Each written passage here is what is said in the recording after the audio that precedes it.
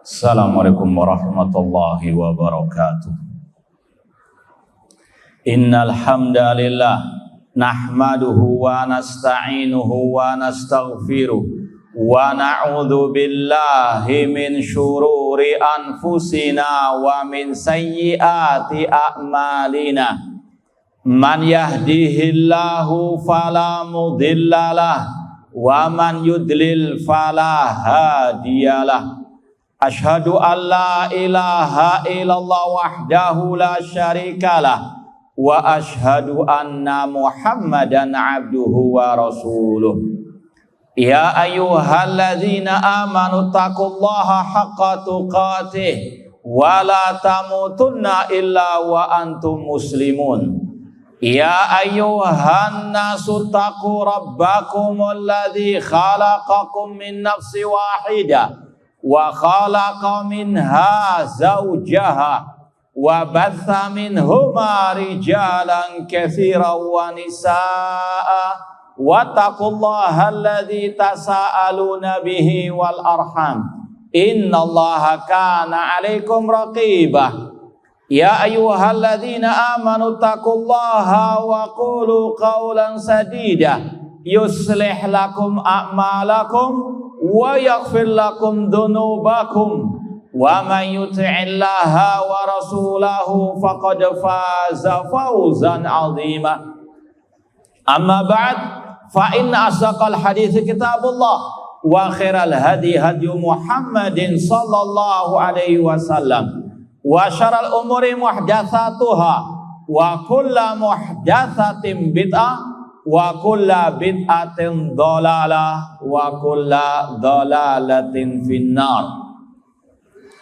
Ma'asal muslimin, ikhwani fillah wa akhwati, bapak-bapak, ibu-ibu, saudara-saudariku rahimani wa rahmakumullah.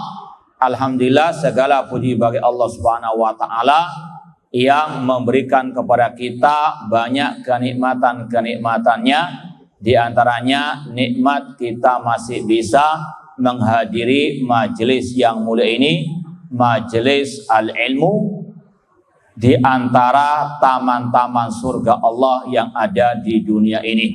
Semoga Allah Subhanahu wa taala mengumpulkan kita di taman surganya di akhirat kelak. Rasul SAW bersabda, "Idza marartum biriyadil jannah farta'u." Apabila kalian melewati taman surga, maka ambillah faedah darinya. Ketika para sahabat bertanya, "Wa ma hiya riyadul jannah ya Rasulullah?" Apa itu taman surga ya Rasulullah? Rasul menjawab, majalisuz zikr, majelis zikir alias majelis al-ilmu. Ma'asal muslimin, ikhwani fillah wa akhwati, bapak-bapak, ibu-ibu, saudara-saudariku rahimani wa rahmakumullah. Pada kesempatan yang berbahagia ini, sejenak kita bersama-sama mempelajari salah satu ibadah yang mulia yang diperintahkan oleh Allah dan Rasulullah SAW. Dan semoga yang hadir di sini Allah segera berangkatkan ke Baitullah Al-Haram untuk melaksanakan umrah ataupun haji. Ma'asal muslimin, ikhwani fillah wa akhwati rahmani wa rahmakumullah. Tentunya pelajaran ilmu tentang manasik haji ataupun umrah tidak mungkin bisa kita sampaikan secara terperinci dalam kesempatan yang singkat ini. Namun ini sekedar ringkasan, wa dzakir fa inna dzikra tanfa'ul mu'minin. Berilah peringatan karena peringatan bermanfaat bagi orang-orang yang beriman. Ada beberapa poin yang perlu kita sampaikan pada kesempatan yang berbahagia ini. Yang pertama, sebagai muqaddimah, seorang muslim-muslimah wajib meyakini tujuan hidup manusia diciptakan di atas muka bumi ini. Kata Allah, wa ma khalaqtul jinna wal insa illa liya'budun. Tidaklah aku ciptakan jin dan manusia kecuali untuk beribadah kepadaku. Dalam surat Al-Qiyamah Allah mengatakan, ayah sabul insanu an yutraka sudah. Apakah manusia dibiarkan hidup begitu saja? Kata Al-Imam Asy-Syafi'i rahimahullah, bal yu'mar wa yunha. Bahkan manusia diciptakan untuk diperintah dan dilarang oleh Allah. Dan di antara sekian banyak perintah Allah, perintah melaksanakan ibadah haji ataupun al-umrah. Dan ma'asal muslimin, Allah Subhanahu wa taala dengan kasih sayangnya tidak hanya mewajibkan untuk kita melaksanakan perintahnya begitu saja. Allah tidak membiarkan kita untuk mencari bagaimana kita beribadah kepadanya. Namun Allah mengutus Rasulnya, menurunkan kitabnya untuk mengajarkan kepada kita bagaimana cara beribadah sesuai dengan yang dikehendaki oleh Allah Subhanahu wa taala. Allah berfirman, "Wa ma arsalna mir rasulin illa liyuta'a biidznillah." Tidaklah kami mengutus seorang rasul kecuali untuk ditaati, untuk diikuti. Kita yang telah mengucapkan asyhadu anna Muhammadar Rasulullah harus yakin bahwasanya Rasul Nabi kita Muhammad diutus untuk kita teladani, untuk kita ikuti ajaran beliau, di antaranya tentang manasik ibadah haji. Apalagi ma'asal muslimin, Allah berfirman, alladzi khalaqal mauta wal hayata liyabluwakum ayyukum ahsanu amala. Dialah Allah yang menciptakan kehidupan dan kematian untuk menguji kalian. Siapa di antara kalian yang paling baik amal perbuatannya? Kata Fudail bin Iyad, seorang ulama salaf rahimahullah, ahsanu amalah, yang paling baik amalnya, akhlasuhu wa aswabuhu. Amal yang paling baik adalah yang paling ikhlas dan yang paling benar. Kemudian beliau mengatakan, al-amal idza kana khalisan wa lam yakun shawaban lam yuqbal. Amal kalau ikhlas namun tidak benar tidak akan diterima. Wa in kana shawaban wa lam yakun khalisan lam yuqbal. Amal kalau dia sesuai dengan ajaran tuntunan Rasul namun tidak ikhlas juga tidak diterima. Hatta yakuna khalisan shawaban. Amal akan diterima kalau betul-betul ikhlas dan benar. Ikhlas karena Allah dan benar mengikuti tuntunan Rasulullah SAW. Oleh karena itulah seorang muslim muslimah yang bijak setiap mau melaksanakan ibadah harus memperhatikan dua hal ini, tentang keikhlasannya dan tentang itibaknya, apakah dia mengikuti sunnah Rasul, ajar Rasul ataukah tidak. Apalagi dalam ibadah haji, ya, yang membutuhkan banyak biaya, yang membutuhkan banyak tenaga, waktu. Sangat disayangkan kalau tidak ikhlas dan tidak ittiba.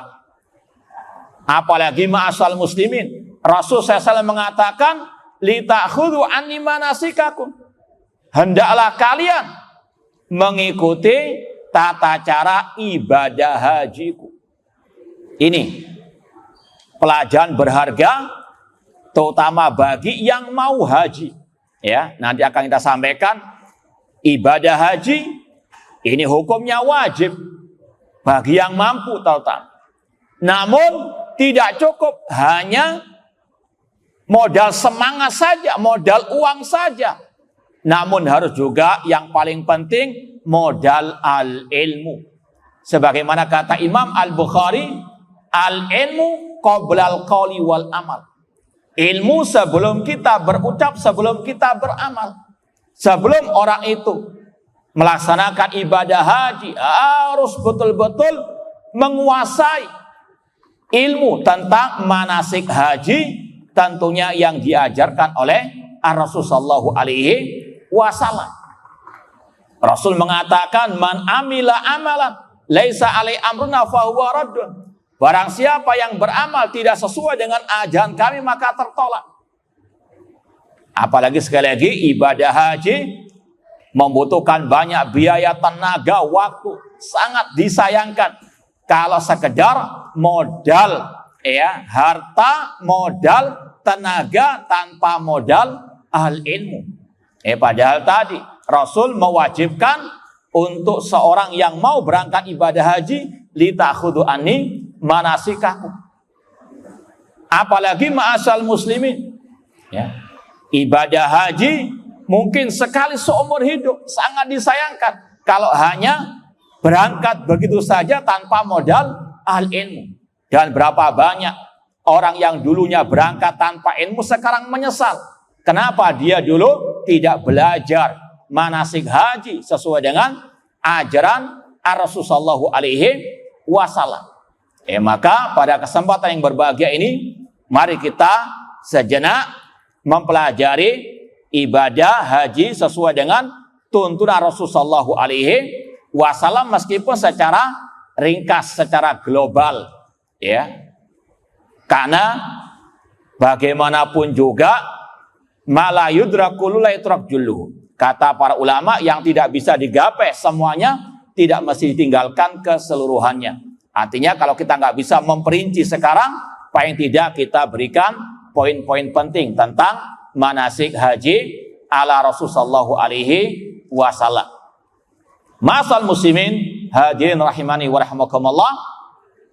Yang pertama yang berkaitan dengan manasik haji, yaitu yang berkaitan dengan kedudukan ibadah haji itu sendiri.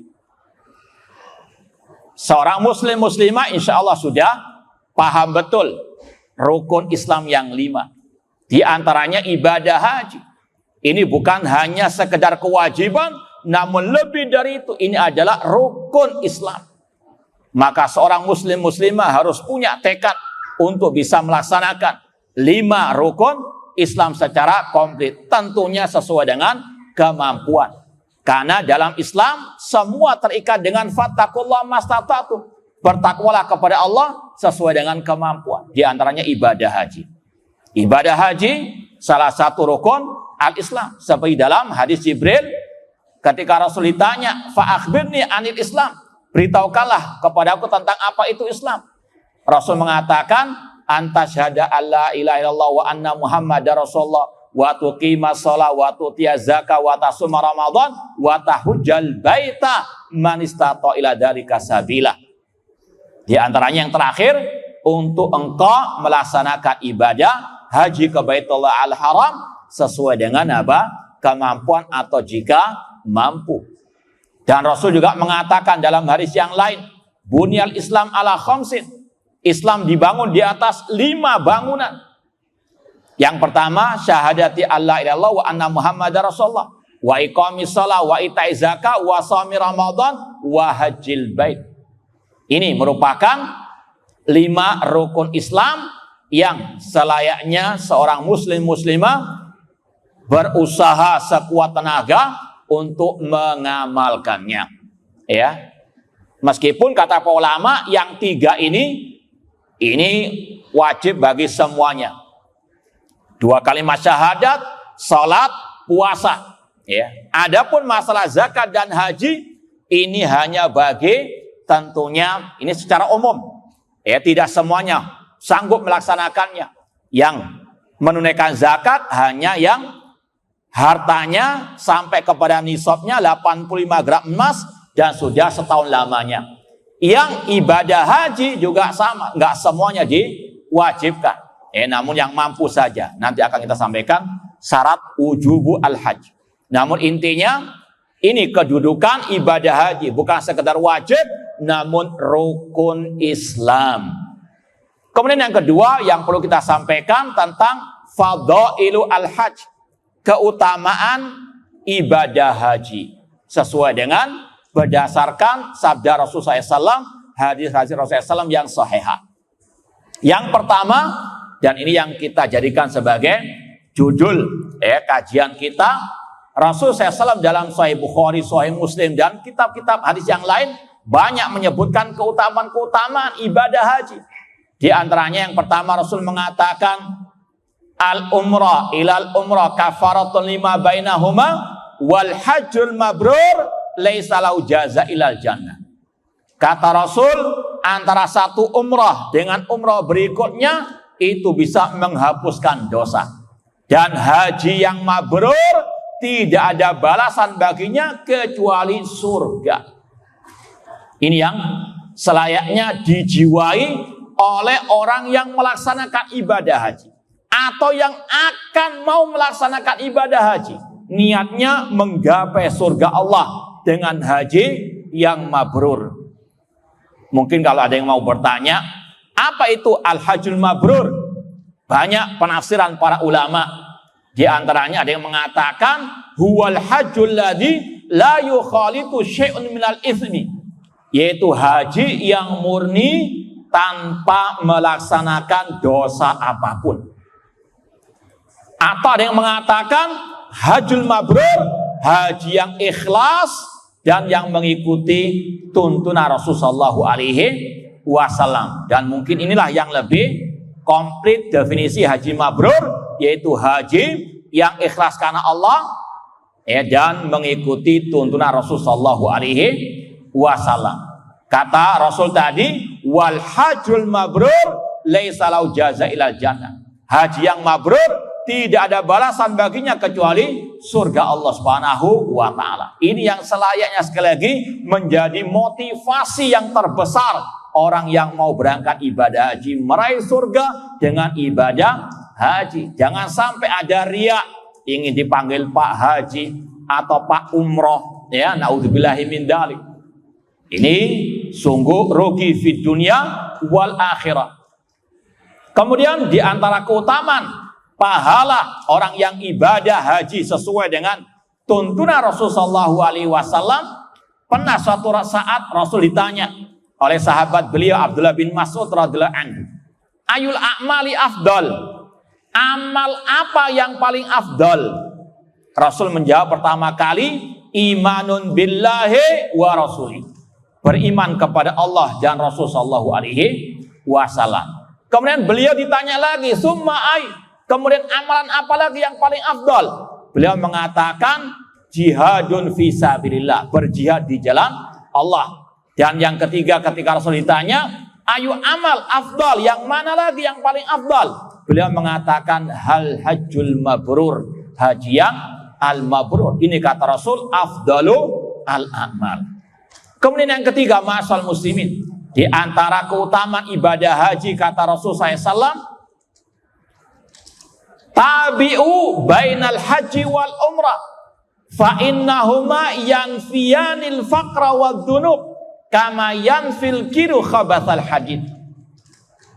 Kata Rasul SAW, iringilah ibadah haji dengan umrah, karena keduanya, ibadah haji dan umrah, bisa menghilangkan kefakiran dan dosa sebagaimana bara api bisa menghilangkan kotoran-kotoran besi.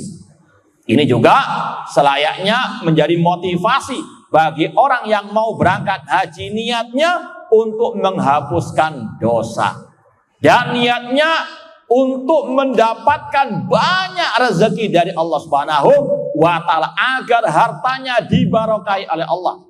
Dan tidak boleh seorang yang memang sudah wajib berhaji takut dengan kefakiran, naudzubillah min dzalik. Harus yakin dengan sabda Rasul, tidak mungkin orang yang haji atau umrah kemudian jatuh apa?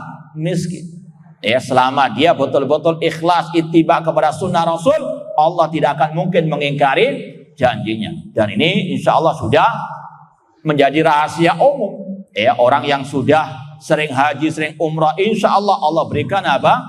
Banyak keberkahan dalam hartanya. Tidak mungkin bisa jatuh miskin, karena Rasul yang mengatakan yanfiyani al-faqra wad-dzunub.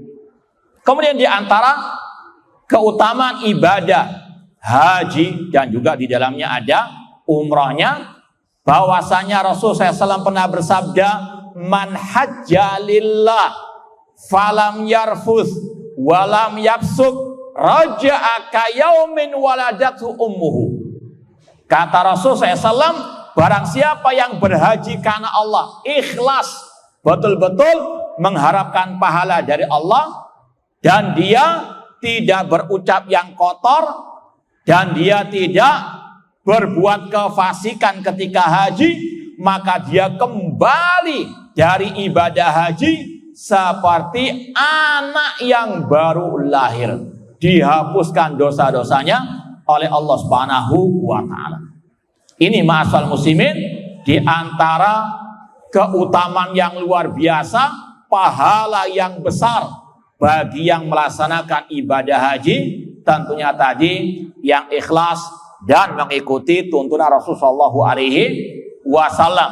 Ya, kalau mau diringkas, apa saja keutamaannya? Yaitu tadi, meraih surga Allah, menggapai ampunan dari Allah, mendapatkan keberkahan rezeki dari Allah Subhanahu wa Ta'ala. Kemudian setelah kita tahu keutamaan pahala ibadah haji, maka perlu kita sampaikan sekarang ahkamu al-hajj, hukum-hukum yang berkaitan dengan syariat ibadah haji, manasik haji secara ringkas, ya. Kalau mungkin yang mau bagaimana tata cara ibadahnya haji Rasulullah SAW, nanti kalau yang punya kitab Sahih Muslim itu ada, ya, Kitabul Hajj, bab tentang haji. Di situ ada fasal hajjatun Nabi SAW. Ya, dalam Sahih Muslim ada Kitabul Haji, babnya tentang khusus ibadah hajinya Rasulullah SAW. Hadisnya panjang lebar. Namun yang akan kita sampaikan ini ringkasannya saja. Sekali lagi, kalau yang punya Sahih Muslim, lihat Kitabul Haji, bab ibadah haji, ada fasal bagaimana tata cara ibadah Nabi SAW dari awal sampai akhir. Ma'asal muslimin ikhwani fillah wa akhwati rahimani wa rahmakumullah, yang berkaitan dengan ahkamul hajj. Ini ada 9 poin yang akan kita sampaikan. Ini poin yang ketiga tentang hukum-hukum syariat-syariat ibadah haji. Kita perinci sedikit, ada 9 poinnya. Yang pertama berkaitan dengan arkanul hajj, rukun-rukun haji. Ini yang paling penting. Sebagaimana ibadah yang lain, kalau tidak dilaksanakan salah satu rukunnya, maka batal ibadahnya. Apa rukun-rukun haji? Ada 4 kata para ulama. Yang pertama, al-ihram, yaitu niat untuk melaksanakan ibadah haji. Innamal a'malu binniyah. Ini rukun. Kalau ada orang misalnya daftar ibadah haji iseng, ya, demikian pula sampai nanti di sana pakai ihram cuma sekedar yang ngisi waktu saja, nggak ada niat untuk ibadah haji atau untuk rekreasi, naudzubillah min dzalik, nggak sah hajinya. Harus ada niat melaksanakan ibadah haji tersebut. Ini namanya al-ihram, niat masuk untuk melaksanakan ibadah haji. Kemudian yang kedua di antara rukun haji yaitu wukuf di Arafah. Rasul bersabda, al-hajju Arafah. Ibadah haji itu Arafah. Apa maknanya itu tadi? Wukuf di Arafah salah satu rukun haji. Tidak sah orang yang tidak wukuf di Arafah. Ya, wukufnya di Gelora 10 November misalnya. Ini tidak sah. Makanya kata para ulama, orang yang mau wukuf di Arafah harus tahu mana perbatasan Arafah itu. Apalagi sekarang sudah ada tanda yang besar. Nihayatu Arafah, bidayatu Arafah. Harus betul-betul teliti. Kalau dia wukufnya di luar area Arafah, tidak sah ibadah hajinya. Karena Rasul mengatakan al-hajju Arafah. Insya Allah di akhir penjelasan hukum-hukum syariat ibadah haji akan kita lebih perinci lagi. Mulai awal,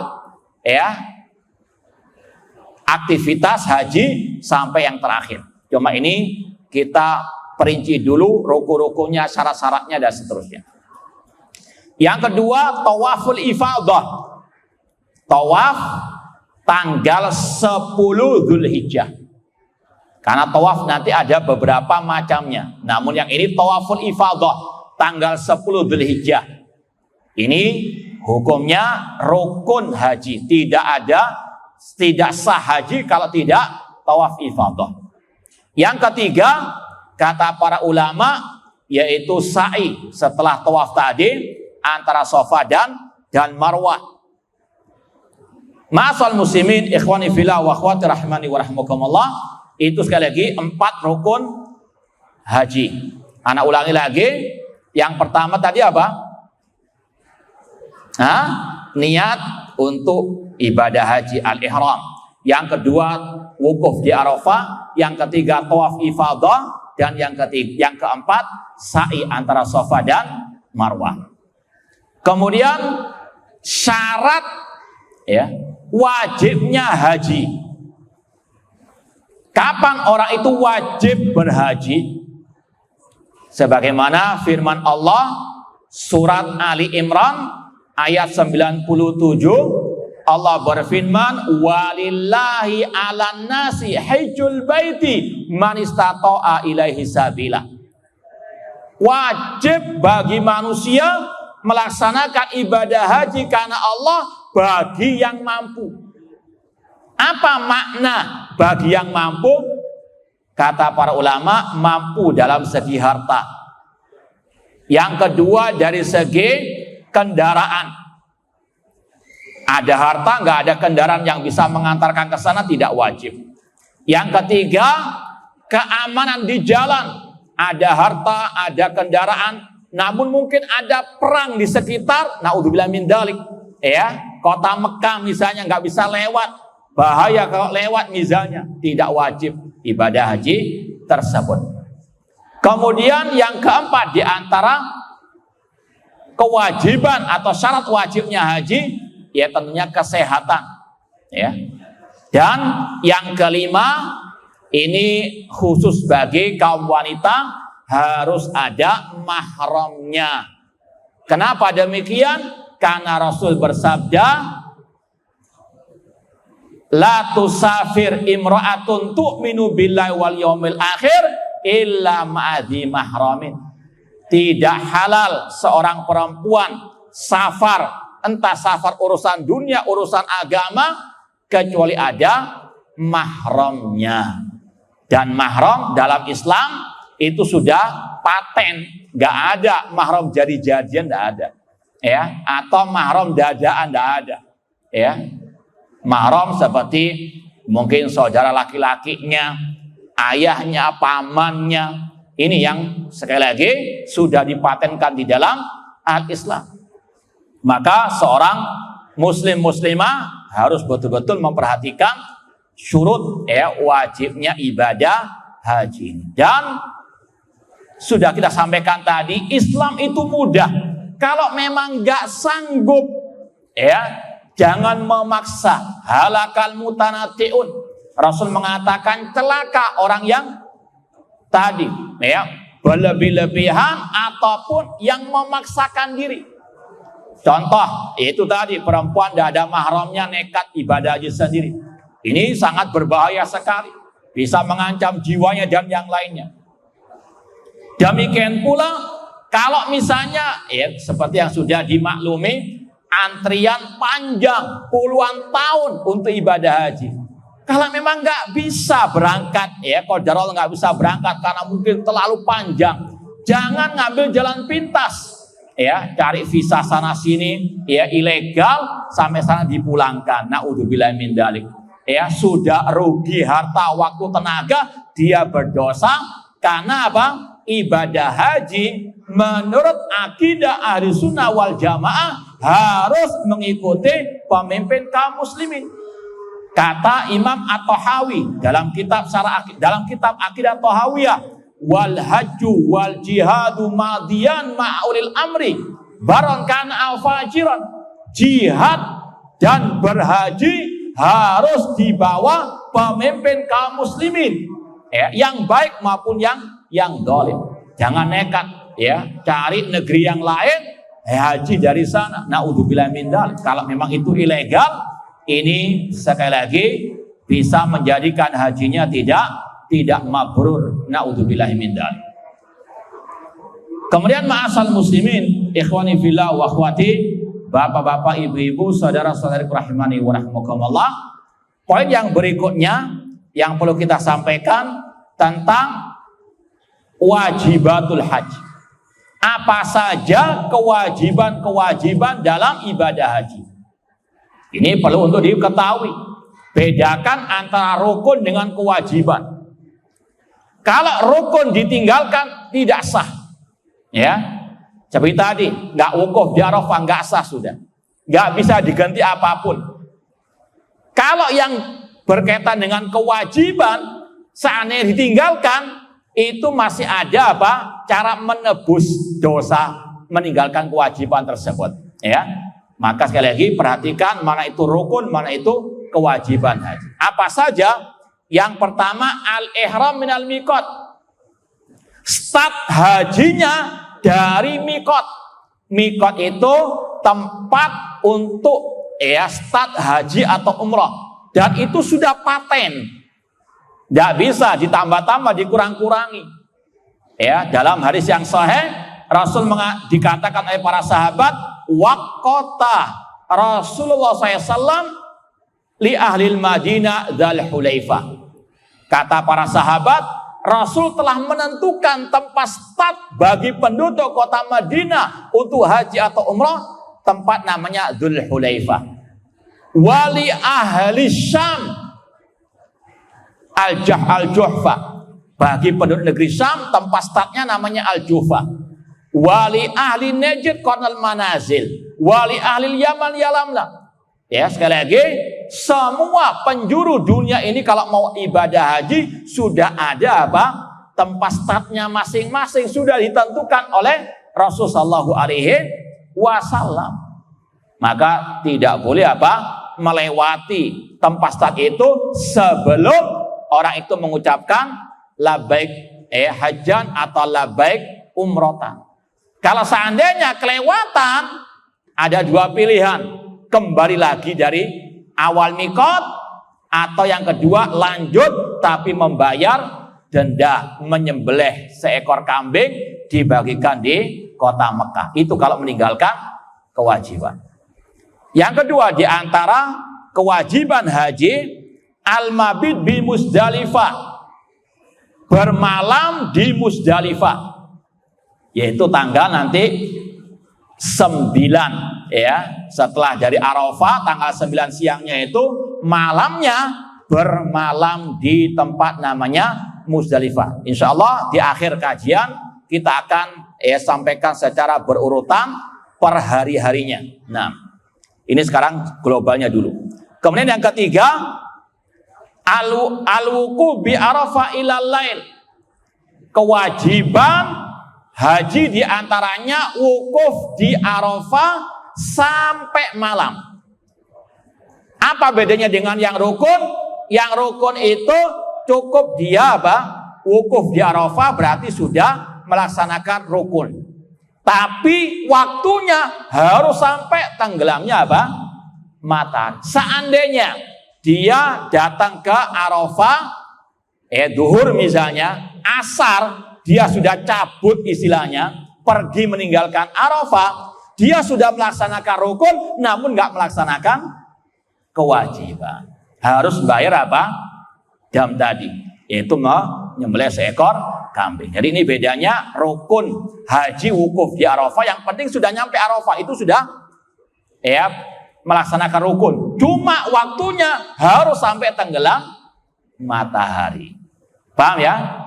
Yang berikutnya di antara kewajiban haji, ramlul jimar, melempar jumrah, ya, tanggal 10, 11, 12. Kalau mau lebih banyak pahalanya tambah yang ke-13.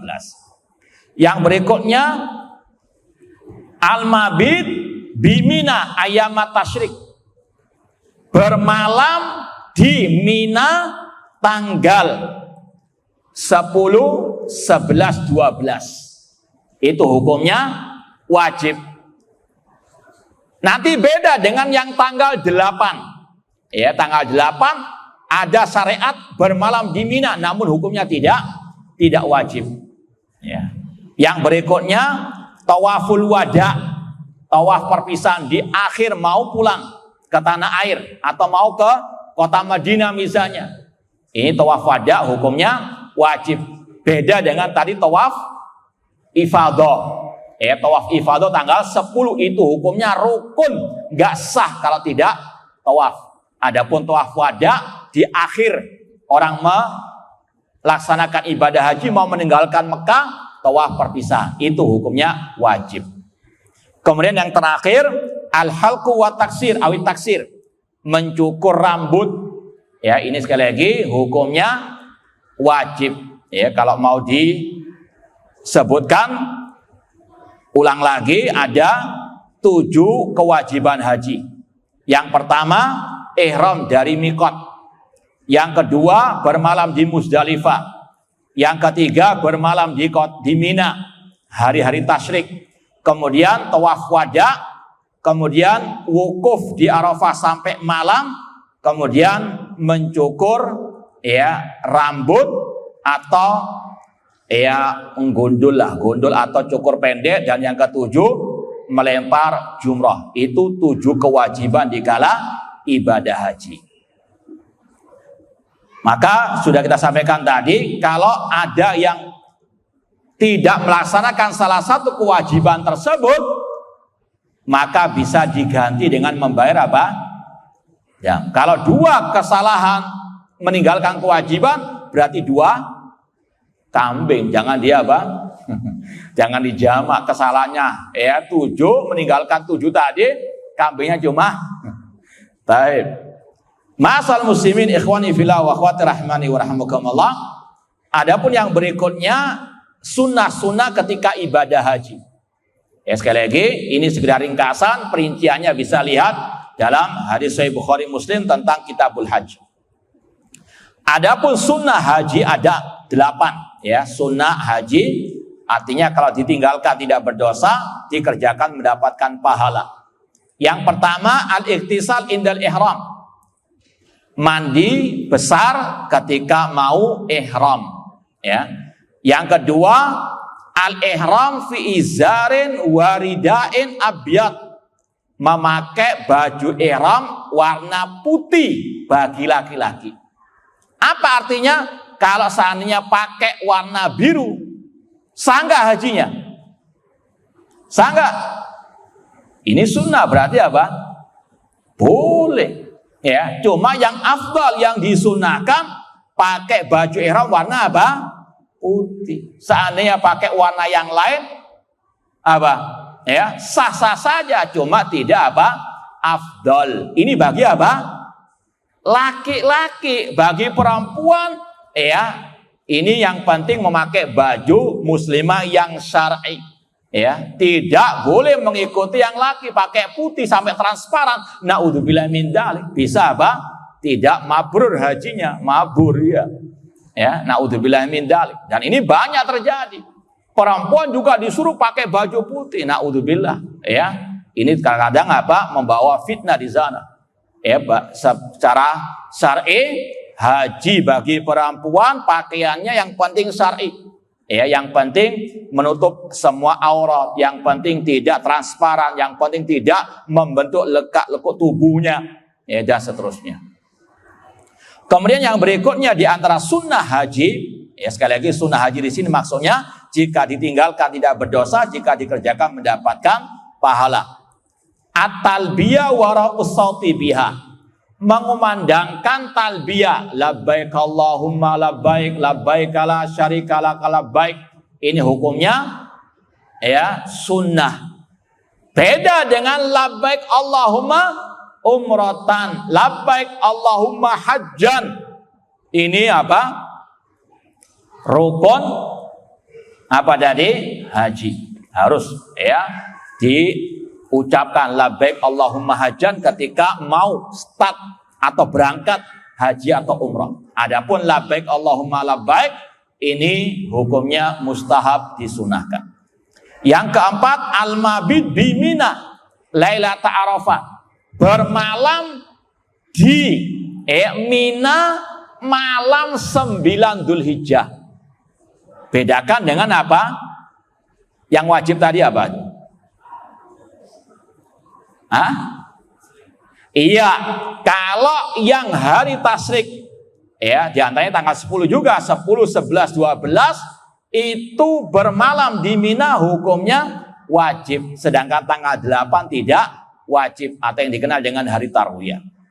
Yang berikutnya takbirul hajaril aswad, mencium hajar aswad, hukumnya sunnah mustahab.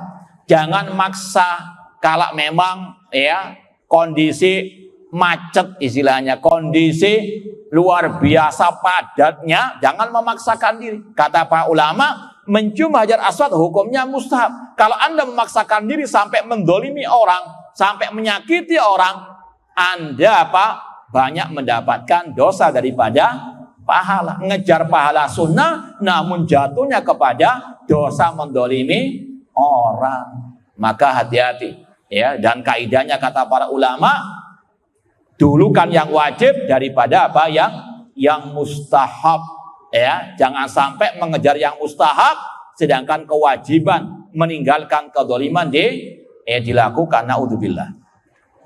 Yang keenam, al-ittiba, ini bagi laki-laki ketika tawaf ya, bajunya itu dibuka lengan kanannya ya, itu namanya apa? Al-ittiba. Itu hanya pada waktu tawaf saja dibuka lengan kanannya. Adapun mulai dari awal sampai nanti setelah tawaf ditutup ya semua baju ihramnya. Makanya sebetulnya tidak tepat kalau ada orang simbol hajinya terus pakai dibuka lengan kanannya. Enggak. Lengan kanan itu dibuka pada waktu tawaf saja. Sebelumnya dan sesudahnya ditutup, apalagi pada waktu sholat. Kemudian yang disunahkan juga ar-ramal, berlari-lari kecil ketika putaran ketiga tawaf. Ini kalau memungkinkan. Kalau memang ya tidak padat, tidak macet ya, disunahkan ya, terutama bagi laki-laki untuk berlari-lari kecil ketika tawaf putaran pertama, kedua dan ketiga. Masal muslimin ikhwani fillah wa akhwati rahmani wa rahmakumullah. Poin yang berikutnya berkaitan dengan mahdhuratul ihram. Larangan-larangan dalam ihram. Inilah salah satu atau sebab dinamakan al-ihram. Kenapa dinamakan muhrim? Bukan mahram ya, muhrim. Kenapa dinamakan al-ihram? Karena orang itu ketika sudah mulai masuk ibadah haji, memakai baju ihram, maka diharamkan ya atasnya beberapa hal berikut ini.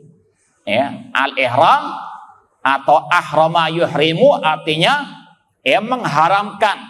Kenapa dikatakan ihram tadi? Karena ada larangan-larangan khusus bagi yang sudah mengucapkan labbaik Allahumma umratan, labbaik Allahumma hajjan, atau labbaik hajjan, labbaik umratan, maka ada larangan-larangan khususnya. Apa saja?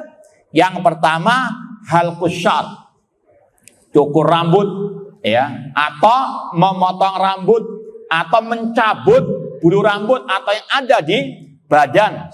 Ya, ini setelah mengucapkan labbaik Allahumma umratan, labbaik Allahumma hajjan, maka diharamkan mencukur rambut ataupun ya mencabut bulu rambut atau yang semisal dengannya yang ada dalam tubuhnya. Karena Allah mengatakan wala tahliku ru'usakum hatta yablaghal hadyu mahillah. Allah berfirman, jangan kalian mencukur rambut kalian sampai ya sesembelihan kalian pada waktu haji itu sampai kepada tempatnya. Artinya ada larangan khusus mencabut bulu yang ada di badan, baik yang kepala maupun yang lainnya. Yang kedua, taklimul adhafir, potong kuku. Ya, sekali lagi ini berlaku ketika sudah labbaik Allah umrotan, labbaik hajjan sampai selesai. Ya, adapun sebelum itu, sesudah itu boleh-boleh saja. Yang ketiga, taghdiyatur rasi. Ya, menutup kepala, entah dengan kopiah, topi, ya, atau apapun yang dijadikan sebagai penutup kepala. Ini berdasarkan sabda Rasulullah SAW, wala tukhammir ra'sahu. Ketika ada yang meninggal ketika umrah, Rasul mengatakan jangan engkau tutupi kepalanya dengan kopiah atau surban atau yang semisalnya. Yang dilarang itu yang nempel di kepala, kata para ulama. Lalu bagaimana dengan payung? Boleh. Kepanasan di padang Arafah pakai payung boleh. Kecuali payung yang sekarang dimodifikasi apa? Nempel, kan ada sekarang. Nah, ini yang dilarang. Paham tuh? Jadi sekali lagi jangan berlebih-lebihan, jangan meremehkan.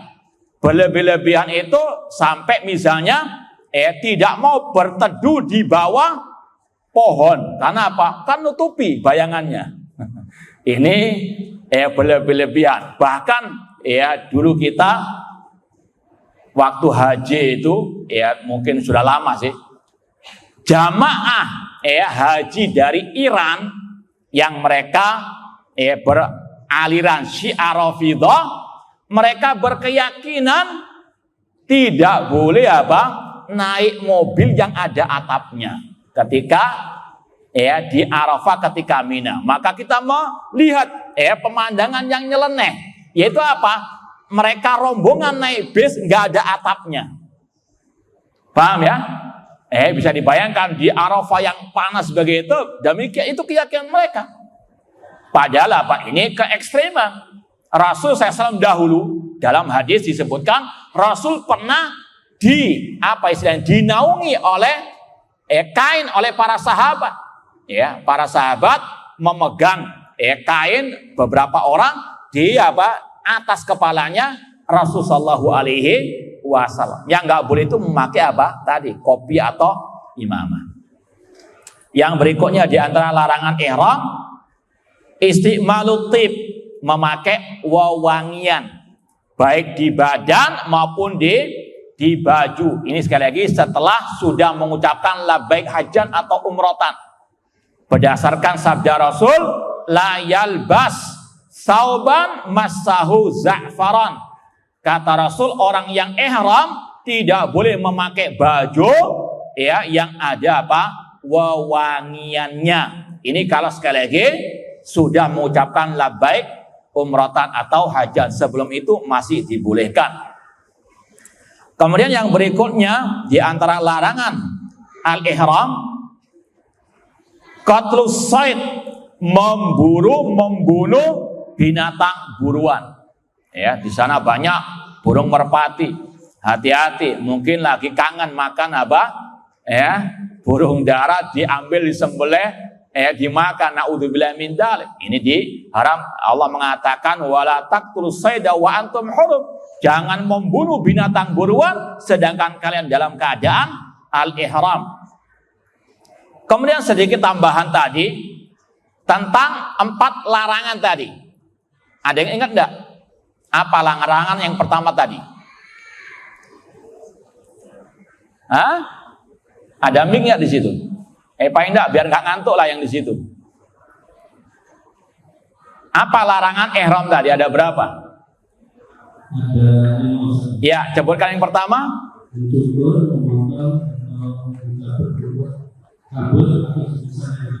Iya, salah satu contohnya misalnya ini nggak sengaja garuk-garuk jatuh rambutnya, bahkan mungkin rontok misalnya. Apakah orang itu berdosa? Maka kaidahnya kata para ulama, kalau itu tidak sengaja, kelupaan, maka Rabbana la tu'akhidna in nasina au akhtana. Insyaallah nggak berdosa, tetap lanjut jalan ibadah hajinya. Namun yang masalah kalau sengaja, entah dia memotong kuku, mencukur rambut, maka harus dia membayar dam ataupun fidyah, menyembelih seekor kambing dibagikan di kota Mekah. Atau memberi makan 6 orang fakir miskin. Kalau dalam riwayat, 1 orang kalau mentahan beras misalnya setengah sok. Kalau mungkin sekarang ini beras misalnya kita ini membayar zakat fitri 1 sok 2,5 kilo, itu dibagi 2, maka setiap setengah sok diberikan 1 fakir miskin. Kalau ditambah 6 orang atau dikalikan 6, hitung sendiri. Paham ya? Itu antara bayar kambing atau memberikan sedekah kepada fakir miskin, memberikan makan, atau puasa 3 hari. Ini dikasih pilihan. Yang apa? Melanggar larangan tadi. Cukur rambut dengan sengaja. Catatannya dengan sengaja. Motong kuku dengan sengaja. Ataupun memakai wewangian. Dan juga memakai kopiah ataupun sorban dengan sengaja. Ataupun memakai pakaian selain baju ihram, memakai jubah dan sebagainya sebelum waktu selesai ihram, maka juga sama sanksinya tadi. Kalau sengaja diberi 3 pilihan, puasa 3 hari, atau memberi makan 6 orang fakir miskin, atau menyembelih seekor kambing. Kemudian di antara larangan ihram juga, ini yang paling parah, tidak boleh untuk berjima, bersetubuh sebelum selesai hajinya, yaitu pada tanggal 10 ada 4 amalan: melempar jumrah, menyembelih kambing, cukur, dan tawaf ifadah tadi. Sebelum 4 ini selesai, haram bersetubuh. Kalau tetap ngeyel istilahnya, naudzubillah min dzalik, maka berat sekali sanksinya. Mirip dengan kalau puasa Ramadan bersetubuh, bergaul dengan istrinya, batal puasanya, ini juga batal apa? Hajinya.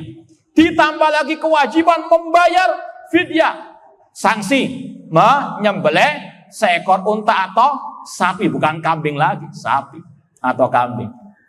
Ditambah lagi, meskipun sudah tahu nggak sah ibadah hajinya, tetap lanjut sampai selesai. Nggak boleh apa? Wis buyar-buyar, nggak ada. Tetap lanjut. Ditambah lagi, tahun depan kalau dia mampu harus ibadah haji, ganti yang apa? Maka hati-hati Apalagi yang tegangan tinggi misalnya, jaga, awas pada. Ini berat sanksinya. Mirip dengan apa? Beratnya sanksi dikala ibadah puasa. Ma'asal muslimin ikhwani fillah wa akhwati rahimani wa rahmakumullah. Yang berikutnya di antara larangan ihram atau haji juga, yaitu menikah atau dinikahkan atau melamar, khitbah.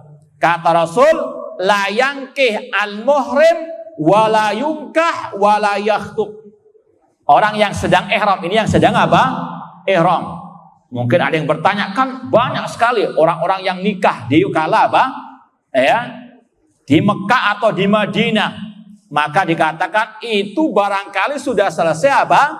Ibadah haji atau umrahnya, tidak ada masalah. Namun kalau ketika masih ihram, belum selesai haji atau umrahnya, haram kata Rasul menikah atau dinikahkan atau melamar atau berkhitbah.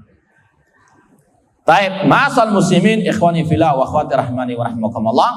Karena waktunya sudah hampir habis, maka kita tutup dengan menjelaskan secara runtut apa saja yang dilakukan oleh orang yang ibadah haji sesuai dengan tuntunan Rasulullah SAW.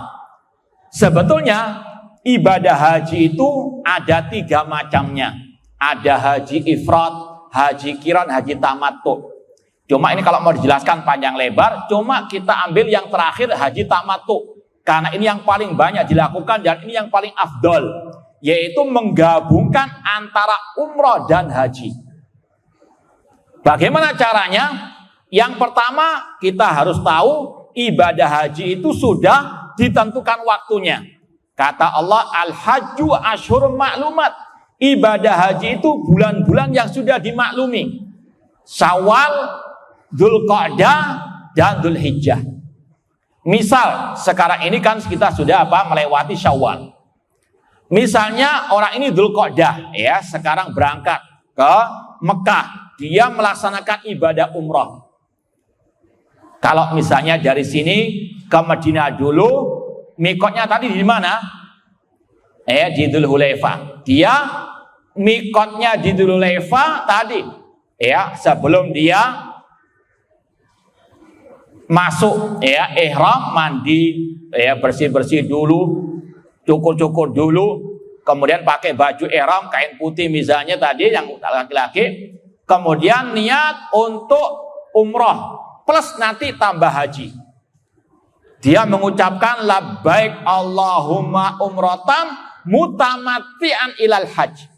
Ya Allah, aku memenuhi panggilanmu untuk ibadah umroh plus nanti ibadah haji. Ini namanya haji tamattu. Apa haji tamattu? Haji plus umroh atau umroh dan haji dalam satu kali safar. Ya, dia umroh seperti orang biasalah. Ya, ihram, kemudian sampai di kota Mekah dia tawaf 7 kali, ya, kemudian dia sa'i, cukur, selesai umrohnya, pakai baju biasa. Kemudian nunggu sampai tanggal 8. Perlu diperinci enggak yang umroh tadi ini? Nggak usah ya. Insya Allah sudah pernah semua kan?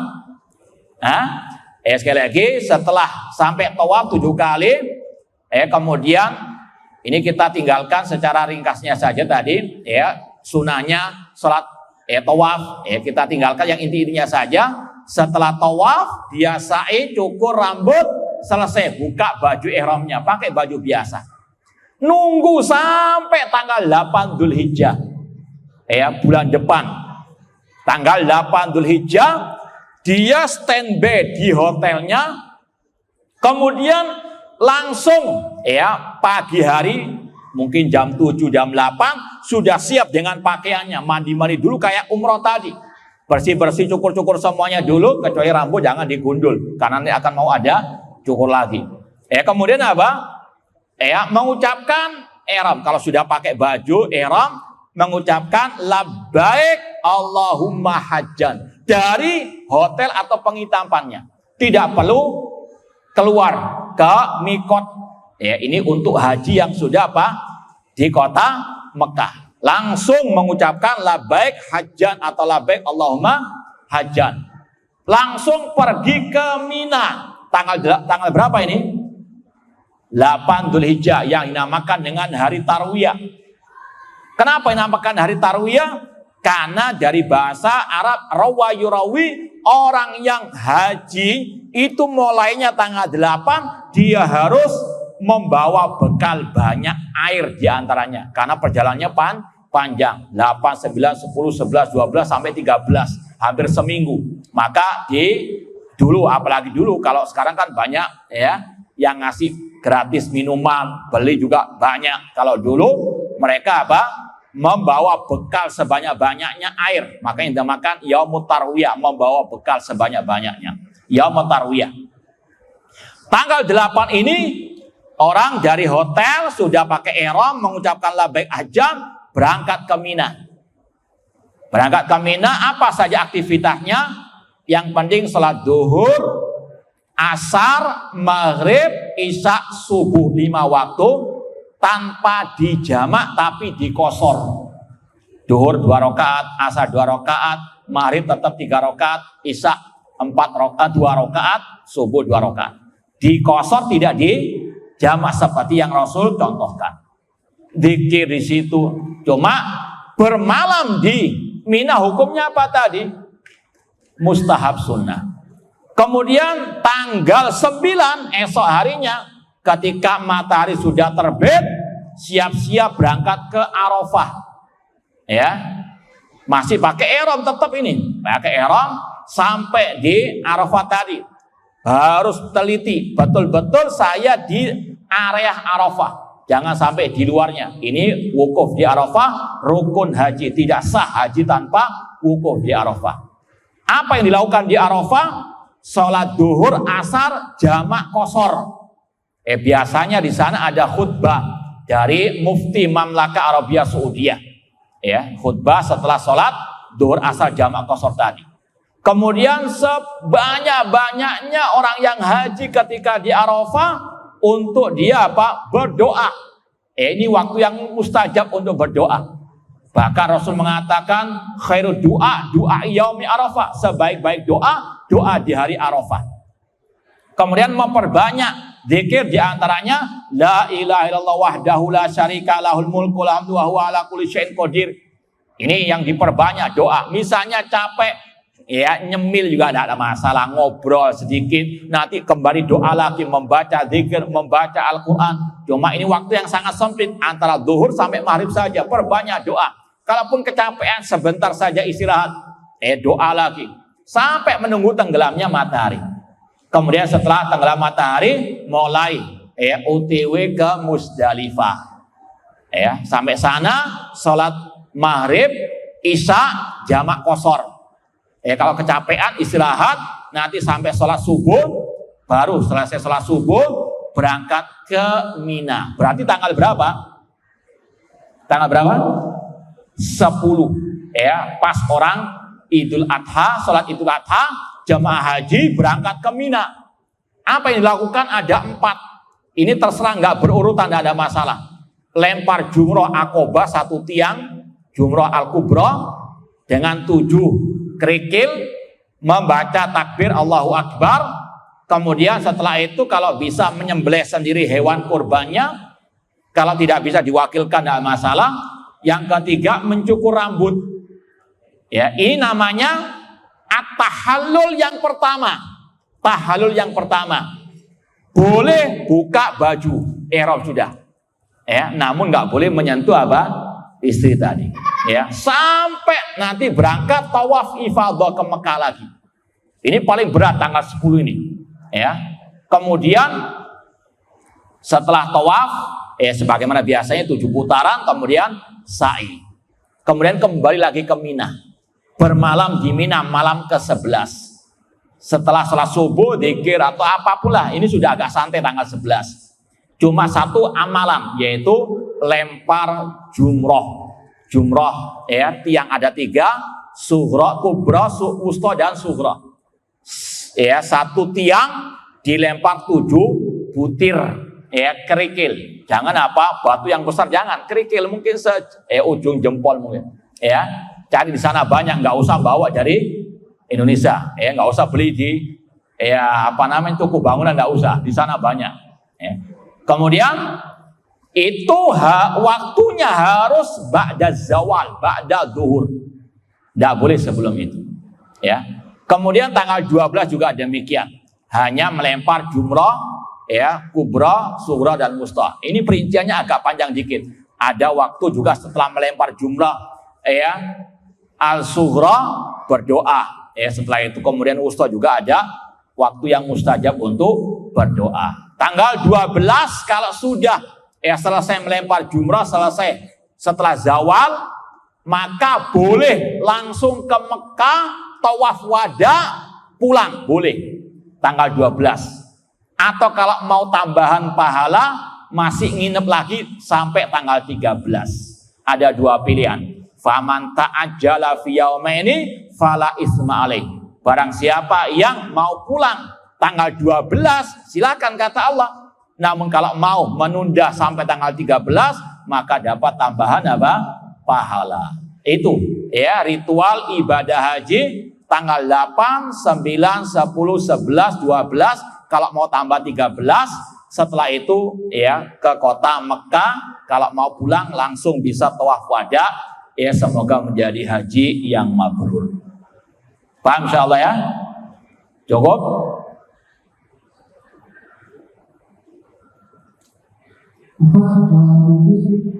Jemaah bisa mengajukan pertanyaan kepada Ustaz apakah bisa pertanyaan dari Imam Ahmad? Baik. Bismillah. Assalamualaikum warahmatullahi wabarakatuh. Waalaikumsalam warahmatullahi wabarakatuh. Ustaz, saya izin bertanya, apakah boleh kita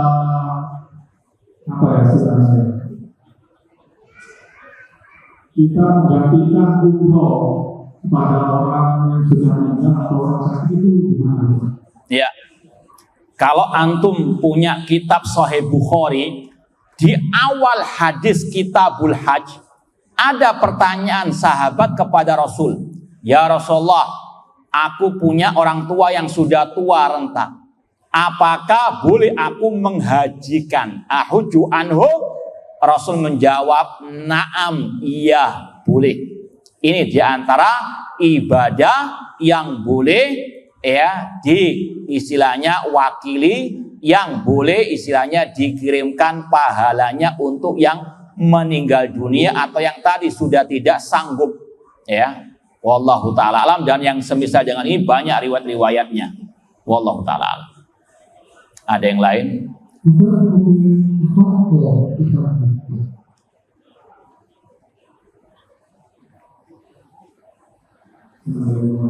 Waalaikumsalam warahmatullahi wabarakatuh.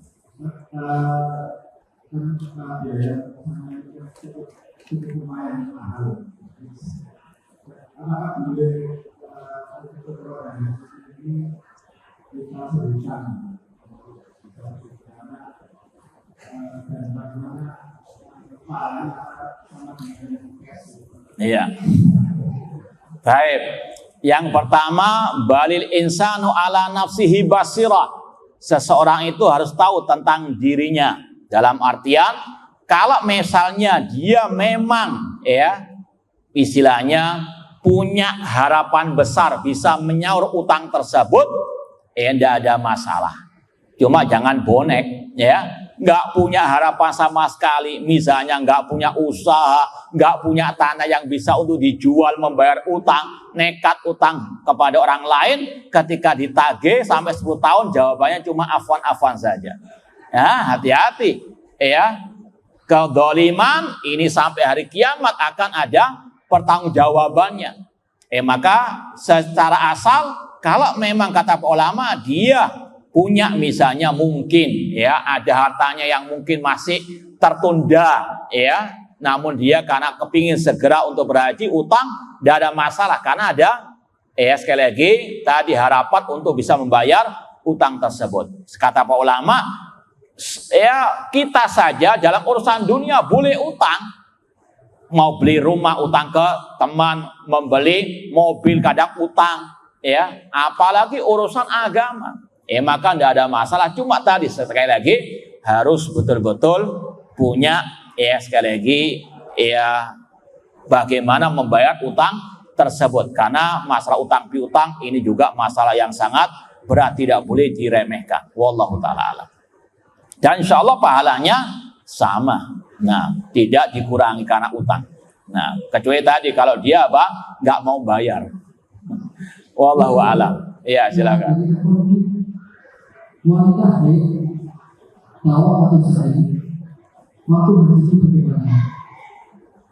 Jadi mungkin yang bertanya itu dia waktu ketika haid waktu tahu sekali. Iya, kata Rasul SAW kepada sebagian sahabiat ya, diantaranya Asma binti Abu Bakar yang pada waktu Rasul mau start ibadah haji di Miqat Dzul Hulaifah, Asma binti Abu Bakar melahirkan, artinya dalam keadaan nifas. Kata Rasul, mandi istilahnya jangan sampai berceceran darahnya, dan ihrimi ya, ihramlah, tidak ada masalah. Yang tidak dibolehkan itu pada waktu tawafnya saja. Maka kalau seandainya dia mau tawaf datang bulan, maka ditunda tawafnya sampai dia suci. Adapun tadi wukuf di Arafah, makanya seandainya orang itu datang belum sampai bisa tawaf, dia tunda sampai dia suci dari haidnya. Yang dilarang itu cuma tawafnya saja, yang lainnya boleh. Wallahu taala alam.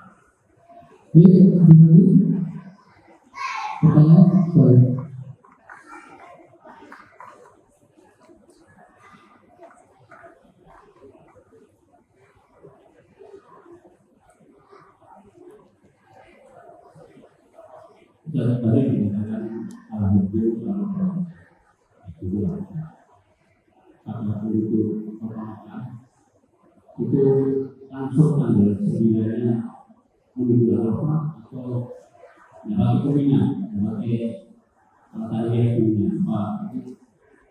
Iya, sebetulnya seperti yang kita sampaikan tadi, mabit di Mina tanggal 8 hari Tarwiyah hukumnya sunnah, ya. Maka sah-sah saja orang yang tidak mabit di Mina tanggal 8 dan tidak wajib membayar denda. Cuma sangat disayangkan meninggalkan sunnah Rasulullah SAW.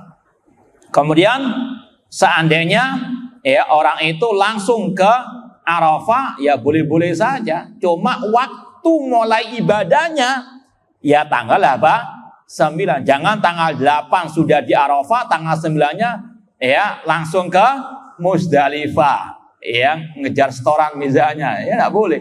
Tetap waktu awal ibadah di Arafah itu waktu sudah masuk duhur, baru start ibadah di Arafah. Kalau dia mau datang sebelumnya, mau bersih-bersih padang Arafah, ya monggo. Cuma mulai ibadah di Arafahnya ya tanggal 9 ba'da zuhur itu. Wallahu ta'ala alam.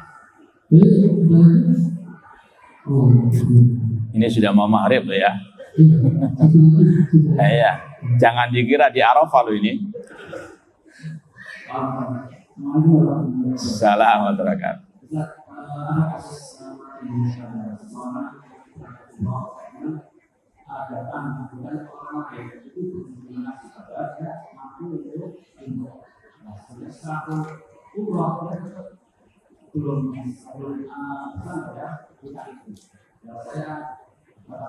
Itu umrohnya sah, cuma nunggu bukannya saja. Tapi setelah itu dia meninggal.